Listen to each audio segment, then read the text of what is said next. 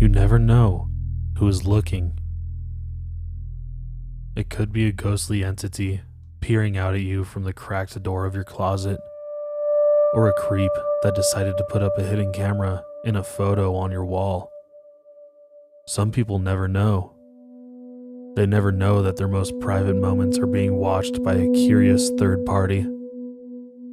This is why I always check for cameras in hotel rooms, Airbnbs, or wherever it is that I'm staying. The feeling of being watched is undeniable, but what if you have no idea? What if someone or something is watching you in your home as you sleep or shower, studying you like an animal in a zoo, only for you to continue your day as if nothing has happened? Please remember to leave a like, comment, and a rating.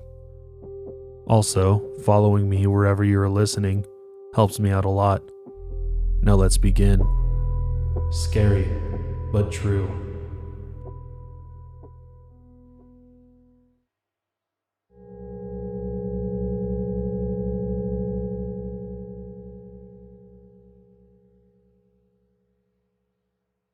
First of all, I only just discovered this subreddit today, which reminded me of something that happened to me in 2008. This was a huge thing to my friends and family, and I didn't really talk about it back then as it scared the shit out of me. But it was a while ago, and it's a really well-known, creepy story among myself and my friends and family. But I think I may as well share it, as it is admittedly terrifying. I was living with my parents and sister in Brisbane, Australia at the time, 2008, which means I was 19. I remember my dad had just got Foxtel cable and TV in Australia, but only the TV in the lounge room could use the cable box, and I really wanted to somehow get the cable in my room without paying $99 or whatever for a new box. So Dad one day went out and bought an AV transmitter or receiver. It was basically a two-piece bit of hardware where you could plug this tiny box into the cable TV in the lounge room, and it would transmit a video signal to the receiver connected to the TV in my room. So one Saturday, I decided to connect it. My younger sister, 16 at the time, was the only other person home, upstairs in her room. My room was downstairs. I opened the box and connected it up. At first, I was going back and forth trying to get the cables right, trying to get the channel right, etc., but no luck. Until I finally got something. I remember sitting there and something started fuzzing in. I remember thinking, oh, here we go, and waiting to see the picture coming in clearly. As it started fizzing in, I remembered that this whole time the cable set-top box wasn't even on, and that's why it wasn't working this whole time. But then, why was I getting a signal? It seemed to hit me all at once, as I realized the box was off, the picture fuzzed in, and I saw a bed. Now this story does include photos. If you want to see those photos, make sure to head over to Scary But True Pod on Instagram so you can take a look. Let's continue.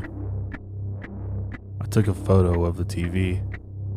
I freaked out, as at first I thought it was my bed. I had recently seen Saw 2 and remembered the scene where she turns off the TV and it's a camera filming her in her apartment.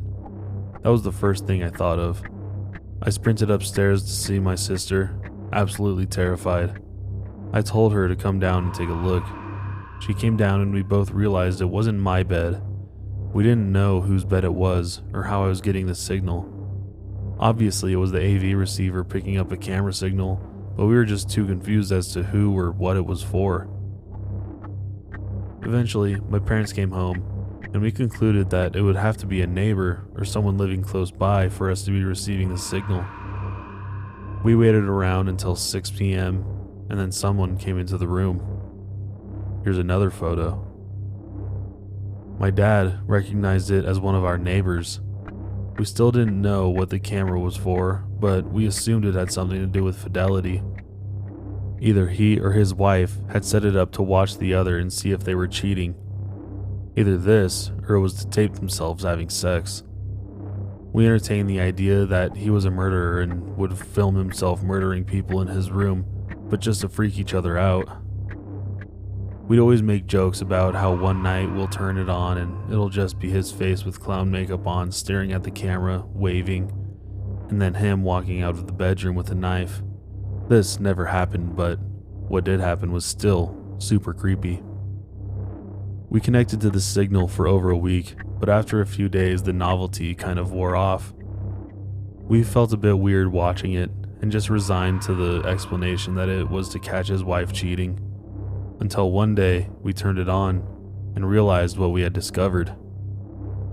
Our neighbors were having a bunch of renovations done to their house. During weekdays they would be out and there would be workers at the place pretty much all day.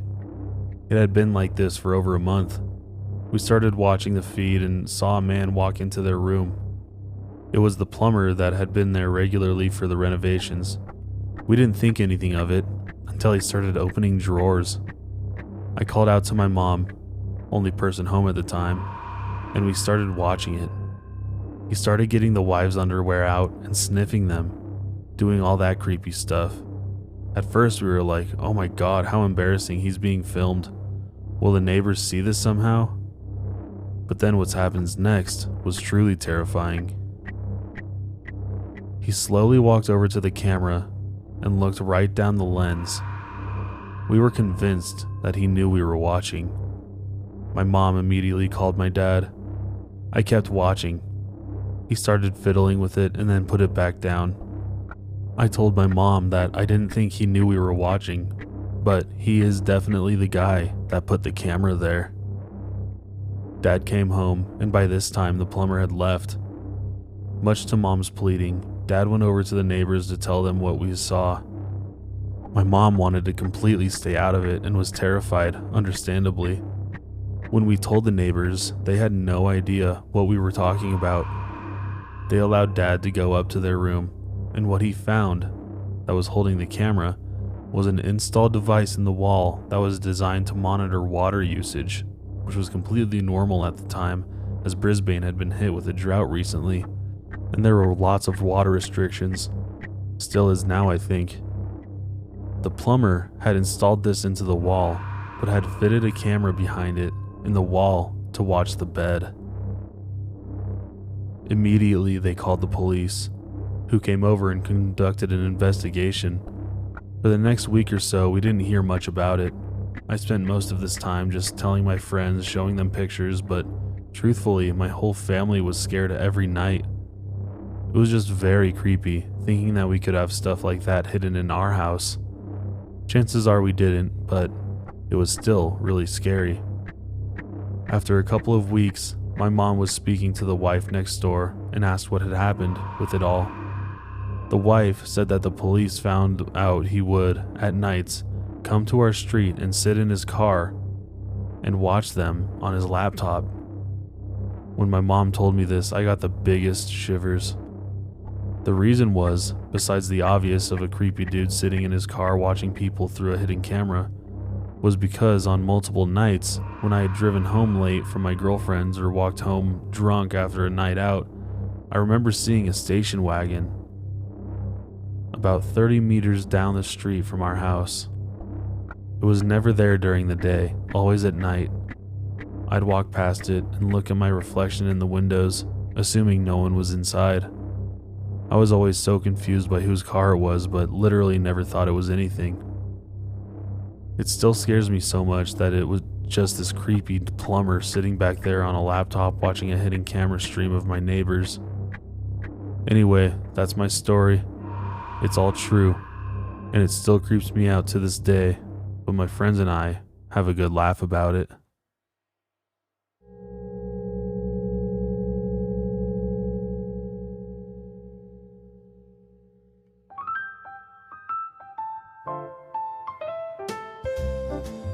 If you're enjoying Scary But True, please remember to leave a like, comment, and a rating wherever you're listening. Also, remember to shoot me a follow whatever platform you're on, as that really helps me out. Thank you so much for listening. Now back to the episode.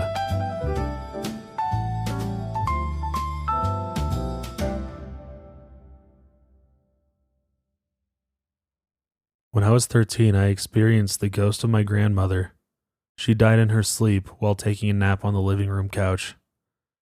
Afterwards, according to my father and grandfather, every now and then they could hear her make the trip from the bedroom to the kitchen and open the refrigerator door, a trip she made many times when she was alive.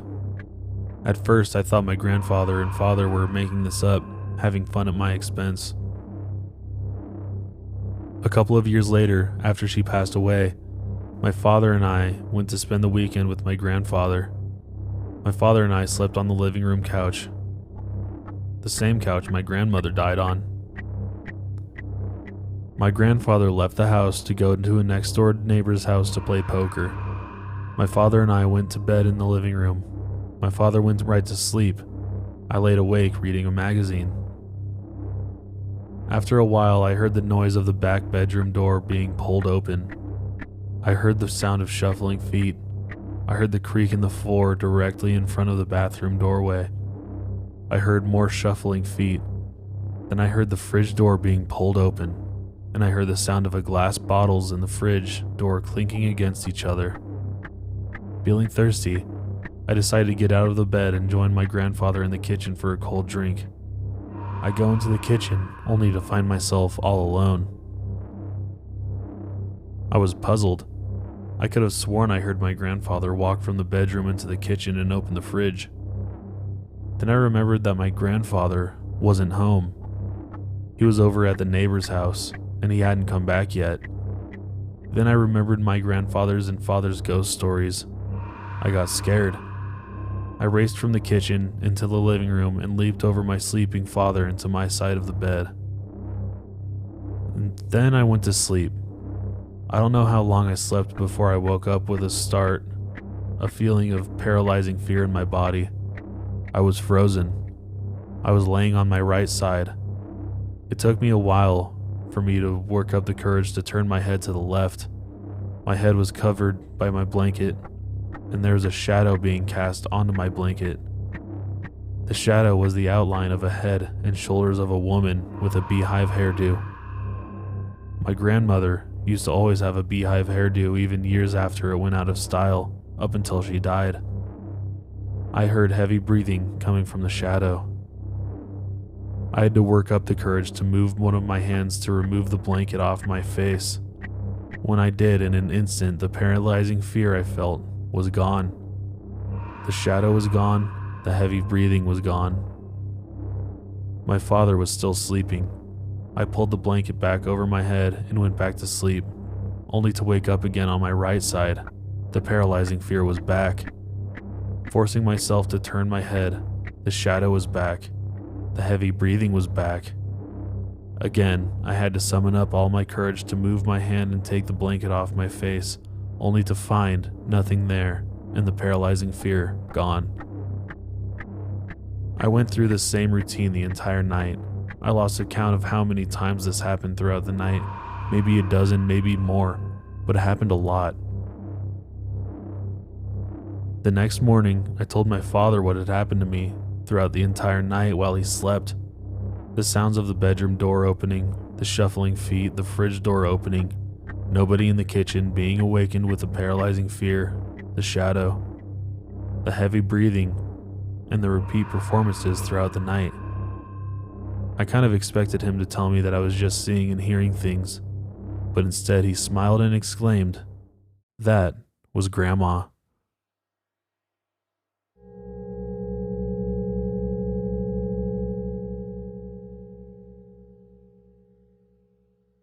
When I was about 8 years old, I was at my grandparents' house shortly after my great-grandmother's funeral. I was in the basement by myself, playing a handheld 101 Dalmatians video game when I heard someone call my name. I began walking toward where I heard the voice coming from while still looking down at my game. I heard laughter and felt a cold breeze and looked up to see a young, transparent girl wearing an outdated dress staring at me. The girl walked through the doorway which separated the two levels and shut the door behind her. I dropped to my knees sobbing when my mom came running down the stairs to console me. I asked my mom who had called me upstairs, but she said no one called my name. I think I might have been my great-grandmother letting us know that she was passing over, but it was scary as hell. Years later, when I was in high school, I lived in the basement of my family's house by myself. When we moved into the house, the basement was unfinished and had a painted outline of a body on the cement floor. The family claimed it was from a Halloween party. The basement also had a creeping crawl space, which always freaked me out when I was by it. My dad, as a carpenter, finished the basement and built me a room downstairs. Although I was creeped out by the crawl space, I agreed to move downstairs for more privacy. My closet was built right by the crawl space and would be open just a few inches every time I'd come back into my room. I would always shut the closet door all the way. One time I noticed the door was open when I was in bed. Got up to shut the door, turned back to my bed and found the closet open again. At that point I threw my closet door open and decided I'd never shut it again. Nothing happened for a while after that. Sometime later I was getting home from school and walked down into my room. We also had a living room in the basement and my sister had a particular spot on the couch where she often read. I see someone sitting in her spot out of the corner of my eye and assume it was my sister. I say, "Hey," and walk into my bedroom to hear no response. I walk back out to see no one there. I walked up to my sister's room and went to turn the doorknob, but it was locked. We had a rule that we were not supposed to lock our doors, and my sister's door would often lock on its own. My parents would get mad at her and she would always claim that she never locked it. I knocked on the door and when my sister answered, I asked why she didn't respond when I said hi to her on the couch. She said she had been in her room since she got home from school and hadn't been in the basement at all.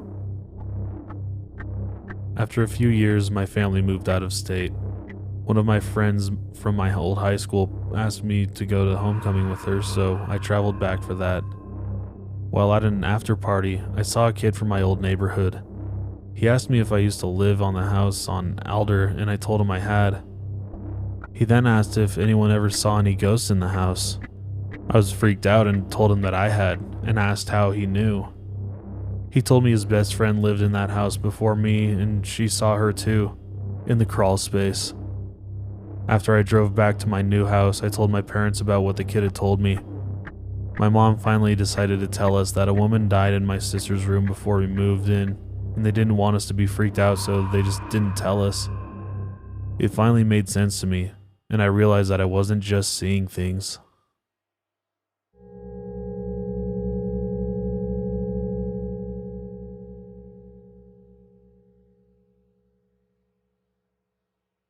When I was 19, I worked for a company that allocated labor to the rural areas of Australia. Basically, what you did was tell them when you were available, and they'd send you to a remote farm for a few weeks, where you'd do whatever they needed done. It was hard work and long hours, but good pay and good fun if you got in with a nice group of workers. When this occurred, I was working on a large property. I was told it covered roughly the same landmass as the state of Maryland, USA, about 9 hours from Sydney City, and the property itself was about 40 minutes from the nearest town. In short, it was the middle of nowhere. I was working at the farm, clearing bushland with 3 other guys my age from the city. Our boss was a guy called Jeremy who owned the farm and supervised us while helping us out with the work. It was pretty laid back and was generally really good to us. This summer in particular was very hot and the work was hard, so one day when the temperature hit about 38 degrees Celsius, about 100 Fahrenheit, Jeremy decided to give us the afternoon off. He said he knew of a water hole on the farm about a 25-minute drive north. I was keen for a swim, but the other guys just wanted to relax for the Avro. So him and I hopped in one of the work trucks and started heading across the property. It was mostly wide, empty expanses with a few clumps of scattered bushland. Jeremy wasn't much of a talker, so we drove more or less in silence. After about 20 minutes, however, he suddenly perked up and jabbed me in the ribs. "Do you see that over there? Beneath the 2 dead trees?" I should mention here that if you're not familiar with inland areas, particularly those in Australia, they are brown or red and mostly flat and bland. meaning any bright colors stick out like a sore thumb, so you can imagine our surprise when we could see a large blue angular structure far off in the distance. We steered in its direction. As we got closer, we realized it was a huge blue shipping container just sitting in the middle of nowhere. Jeremy was perplexed. I asked him if he knew what that was, but he obviously didn't. He said he hadn't seen it when he drove through the same area about 5 weeks before, and he wanted to go see what it was. Initially, we pulled to a stop about 100 meters away from it. At this stage, I had a really bad feeling. The whole thing wasn't right. It's hard to explain, but if you can imagine seeing such a foreign object in the middle of a huge barren expanse, it had to be something weird. Jeremy, however, wanted to investigate, which I understood given it was his property, but in truth, I was really anxious. As we got closer, things got even more bizarre. There was a big diesel generator behind it thumping away and a CCTV camera on each side, all motion activated so they buzzed from side to side, following us as we moved around. I tried to reason with Jeremy, something along the lines of, with all this security, someone obviously doesn't want us here, so let's just go. He brushed me off, however, reminding me it was his farm and whoever had put this here was trespassing, so he wanted to go inside. Despite all the surveillance, there was only a small padlock on the huge door. We had some bolt cutters in his toolbox, and after a bit of a struggle, we broke the lock and went inside. The first thing I noticed was the rush of cold air as we got in. The place was air conditioned, which I must admit was quite pleasant on such a hot day. We searched around for a light switch, but I could already see this was some sort of IT setup. There were flashing LEDs all around the place, and sort of hum you would hear when a hard drive is working hard. When we finally switched on the lights, we could see a sophisticated, albeit somewhat cluttered, office setup.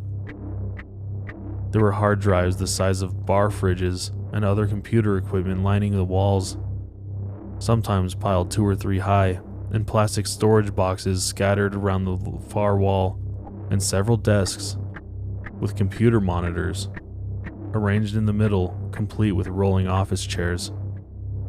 At this stage, I felt like I was in one of those nonsensical dreams. This made absolutely no sense. We wandered to the middle and sat down at the desks to see if the computers could give us any idea of what the hell was going on here. My heart was racing, and I just wanted to bolt. We had been seen by the CCTV, so if anyone was monitoring, they already knew we were here. Jeremy, on the other hand, was adamant that we had to get to the bottom of this, so I put on a brave face and started looking through the computer. This went on for a while, but in short, neither of us had a very high grasp of technology outside of Facebook and Microsoft Word. The best I can describe it from my lay position is that it was endless lists of computer talk, and it was like the old Napster or LimeWire download screens looked like, just constantly picking up and receiving data, then recording it on several windows. I gave up on the computers and walked cautiously over the far end of the container to the big pile of storage boxes. By then, I was pretty sure no one else was there, as there was nowhere to hide really, but I was still incredibly on edge. I decided against my better judgment to see what was inside all of these boxes. My brief sift through this box still makes me sick to the stomach. It didn't take long for me to realize that this box was full of posters, DVDs, and photos, all of hardcore child sex abuse material. One thing that still gets to me is that it was all neatly ordered in folders in small boxes. These people were organized. I immediately recoiled, jumped up, and ran over to Jeremy. I could hardly string a sentence together. I said something to the effect of, "Mate, get out. Child sex, go, get the fuck up." I dragged him out, composed myself, and managed to explain what I saw. We jumped back into the truck and sped back to the house. The farm had no mobile phone reception, and we hadn't brought the satellite phone, so we had to get back to the landline to call the police. Once we called them, they still had to make it all the way to the farm from the nearest police station, which was in town about a half hour from the town closest to the farm. We waited, talking frantically about what we'd seen, until the cops arrived almost an hour later. They arrived with 2 4-wheel drives, and we jumped in and led them back. This is where it gets worse. By the time we got back, the container door was open, and there was a fire inside. We had only 2 small extinguishers in the cars, and these did very little. The fire department took an hour to get there, by which stage most of the damage was already done. An arson report by the federal police found almost no evidence of the computer equipment described, and only traces of paper and cardboard. This means that whoever ran it knew we were there, and had time to come and remove most of it and get away. There were various ways to get off the property, and the landmass was huge, so there was no real way to tail them. Since the police hadn't taken us all too seriously in the first instance, probably due to our poor explanation on the phone, aerial surveillance was also impossible by the time we had pieced it all together. I took a keen interest in following it up, but with no real evidence of who might be responsible, the investigation went cold. I've kept in contact with Jerry, and the shipping container is still sitting there on the farm as it's too expensive to move. I'll never forget what I saw in those boxes.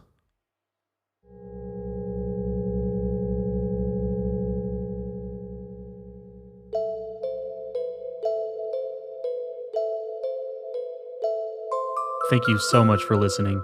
If you enjoyed today's episode, please leave a like, review, or a comment. As always, the original stories are linked down in the description below, and I claim no credit for the stories themselves. Be sure to follow the show everywhere at Scary But True Pod. And if you have your own scary story that you'd like me to share, email it to me at scarybutTruePod@gmail.com. My name is Michael Messerly, and I'll see you next time with more Scary But True.